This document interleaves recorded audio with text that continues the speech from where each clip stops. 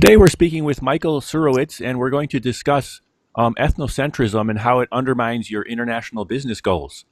So, Mike, can you first provide a brief background of yourself? Yes, I will. First, I'm coming to you from Brooklyn, New York, where 100 nationalities live happily together, coexist happily together. But I have been traveling the globe for 30 years, and more than 30 years in more than 30 countries, and done business on every continent on the planet. And I've been present and I've been involved on an executive level in many, many business deals, many, many negotiations. And that's why I've learned of the importance of ridding your company of ethnocentrism. What is ethnocentrism, and why must it be eliminated from your business practices? Okay, ethnocentrism is basically the belief that you are all that your nationality, your position, or anything about you, your race, or anything about you, is better than another. So, as a Caucasian, you're better than a Chinese. As a Chinese, you're better than a Latino, whatever, and that enters into international negotiations because of something that is called self-reference criterion. Self-reference criterion is how you see yourself as compared to others. And whether it's in politics or in business, ethnocentrism detracts from the goals, whatever they would be. I'll give you a real-life example. Some months ago, President Trump met with Xi Jinping of China in Mar-a-Lago. And one of the topics they discussed was North Korea. And it's clear from the situation right now that nothing of any consequence was accomplished at that meeting. And my interpretation of that is that President Trump his self-reference point was, okay, I'm the President of the United States, I invited him to this lavish place, and because of my personality and my character, he will follow what I want him to do. On the other hand, Xi Jinping, being Chinese, just told Trump enough that to end the conversation without having to make a commitment himself. Therefore, nothing was happened.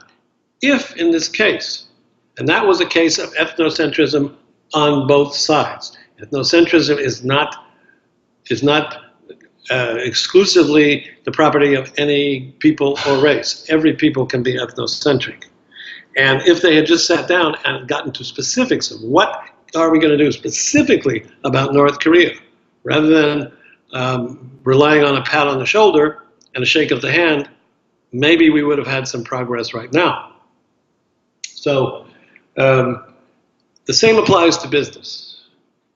Don't assume when you go overseas that because you are a VP or a C-level executive that your position and your wallet will get you anything except maybe a good meal. What they care about is what you bring to the table and how you negotiate. That's what's important, the specifics of how you negotiate. Who you are and as the president of a company or whatever doesn't get you what you want. In fact, it may detract from it because it will cause uncomfortable, awkward, or negative feelings. So this is a great example, which I cited on my website. It comes from a book called Beijing Jeep. Beijing Jeep was written in 1989 by a journalist named Jim Mann. And the subject was how Chrysler, which owned Jeep at the time, started to do business in China, or tried to start to do business in China in the late 1980s.